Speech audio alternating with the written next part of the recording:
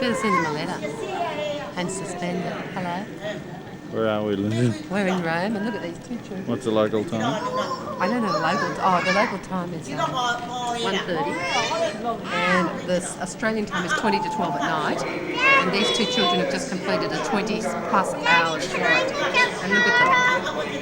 They are full of beans and luck. They've been absolutely wonderful on the flight. Yeah. Hope that means you're recording. Where's Cara? Let's find your little Tasmanian devil that you bought. Before we left Sydney Airport. Smile, Dad. Who's your Tassie devil? And look at Cara, and she's still smiling after all that.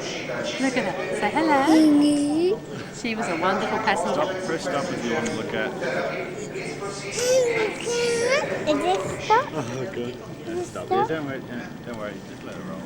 It might have stopped. Let me have a look. Oops, don't.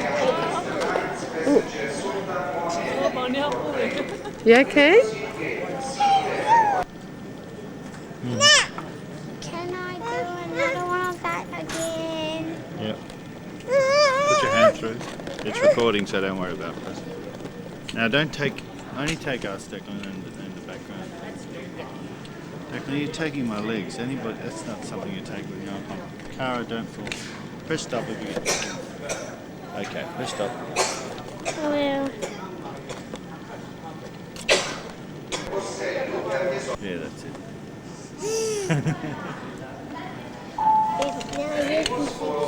Always press. Where are you? Where are you? Where are you, Cara? On the airplane. Yeah, which city do you know? That's right, yeah. Cara, what you doing? What are you doing? Daddy. You're putting your seatbelt on, Cara. Daddy. Kind of shoulder bag, look. Declan.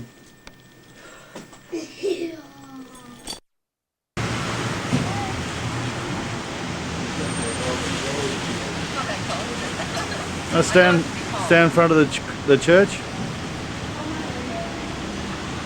Busy road here.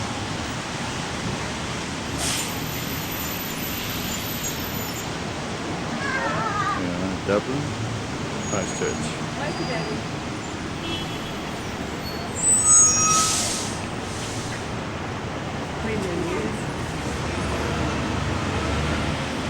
Jerry's Hotel. Saying that where we are.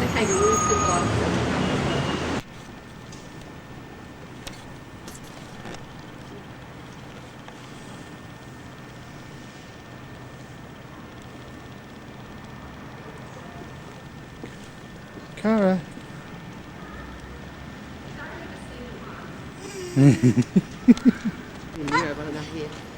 Oh, wow. Cara? Was that much battery left? You know how quickly it's going these days, We'll isn't buy it? an adapter for ourselves, Kieran.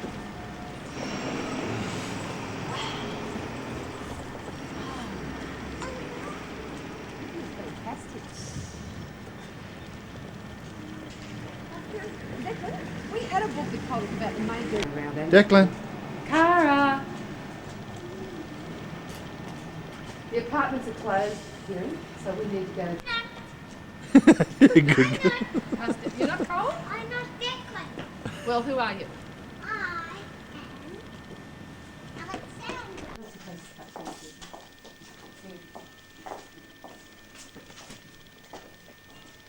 Sorry. I might get a few postcards, Kieran.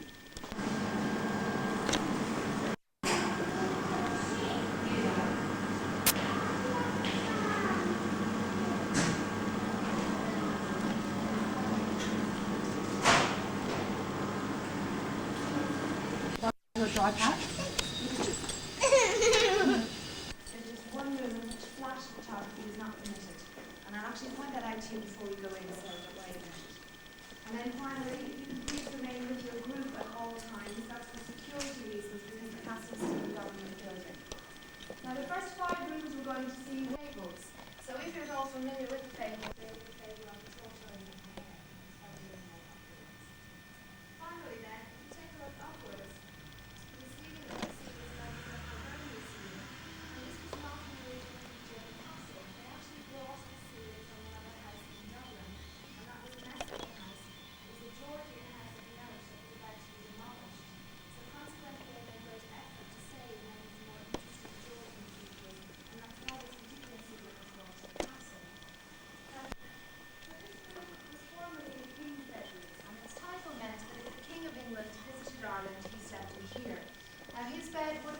which is there between the two doors where the sofa is today. However, as I mentioned at the beginning, no one lives in the castle anymore, so these days the room is mostly used for the sundial. Then you have a sunbend or reflect the design on the ceiling. So they were there for community.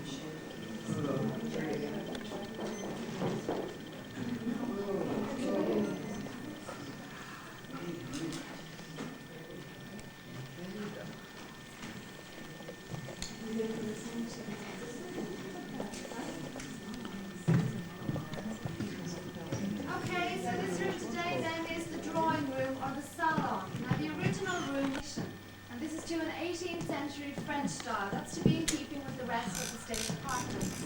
Now this French style dictates that you take a central object, in this case the large Chinese bowl that you see on the stand, and then you coordinate the room around it on the level of colour.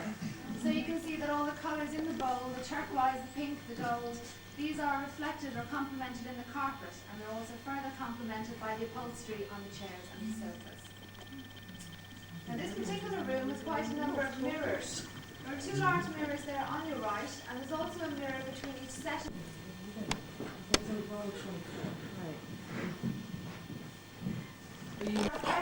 Goodness. You may remark that its legs appear to be quite short, and they're out of proportion with the height of the throne.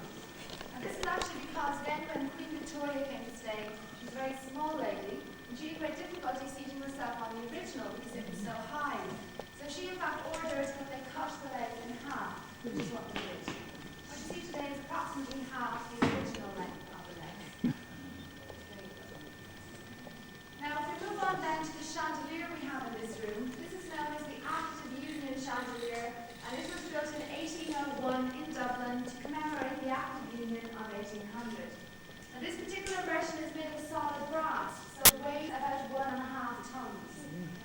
And perhaps its most interesting feature is the garland. You can see the lights. This features the rose of England, the thistle of Scotland, and the shamrock of Ireland intertwined. So this would represent the union of these three governments or parliaments. Can everyone see where I'm pointing? If you want to come close and take a better look, you're welcome to. It's quite difficult to see from far away. And the chandelier hasn't fallen yet either.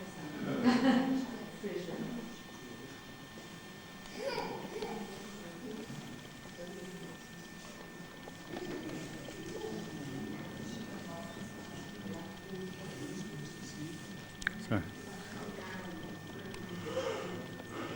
what is it? What are you looking at? The What is it, chandelier? Declan? What is it? You tell me. It's the light.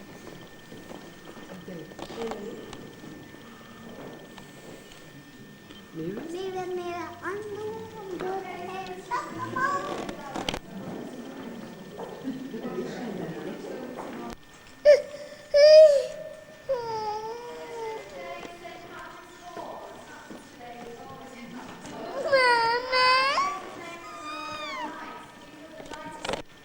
Now, when the Viceroy lived here then, this would have been the ballroom. The reason there are in fact two galleries is that in one you would have the musicians in the orchestra, and the other then the visitors are respecting the street balls. That's in fact why we need two.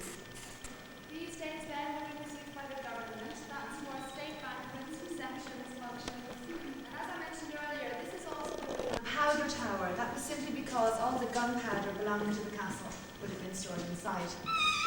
Now, the city at the time was incredibly small. It's actually quite hard to imagine it. Now, that today is a maximum of a 5-minute walk from the castle.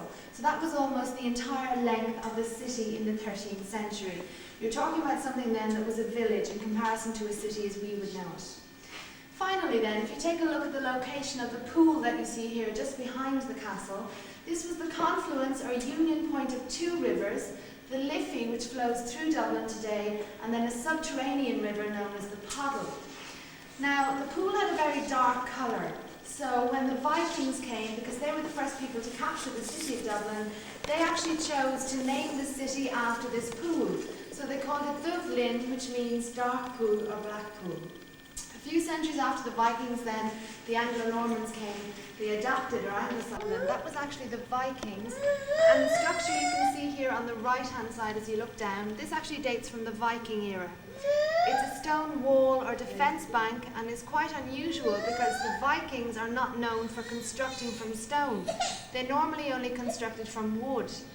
However, in this case, the ground beneath this area is extremely wet and marshy, and that's due to the proximity of the underground river that I mentioned earlier. So the Vikings had no choice but to start this structure in stone, and that's the only reason it has remained until today. If you want to move on a little bit, you get a better view from the centre. Now what you're looking at here was essentially an entry point or a back gate into the Norman castle. If I tell you then that where we're standing is where the moat originally ran, you might get a better picture of. Now this is where food and supplies were delivered on a daily basis. And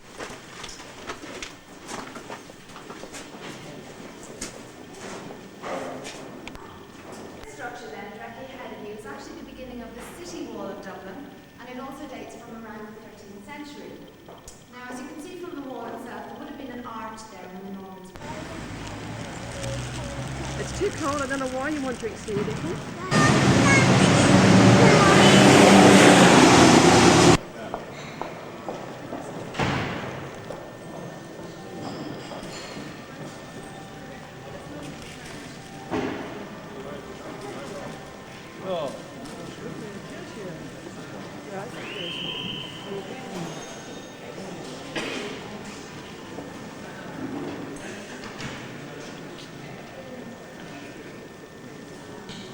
Lovely looking coffee shop. Beautiful ceiling. The ceiling's interesting, isn't it? You get those stained glass windows up there. Yeah, that's what I was going on.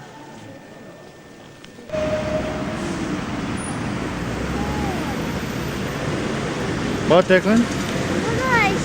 Look. Yes, beautiful, aren't they?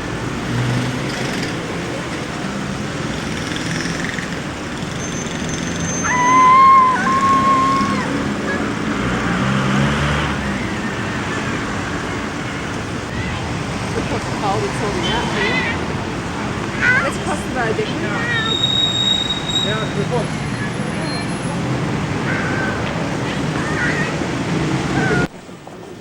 Declan, what's different? Do you remember the name behind the website? Grafton Street.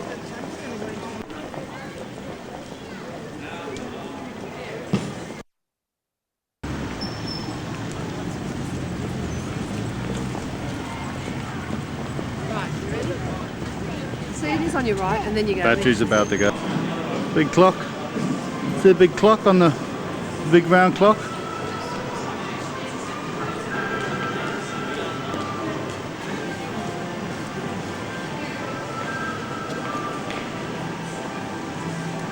I'll just pop up. It's upstairs. I'll just pop up and have a look, will I? Yeah.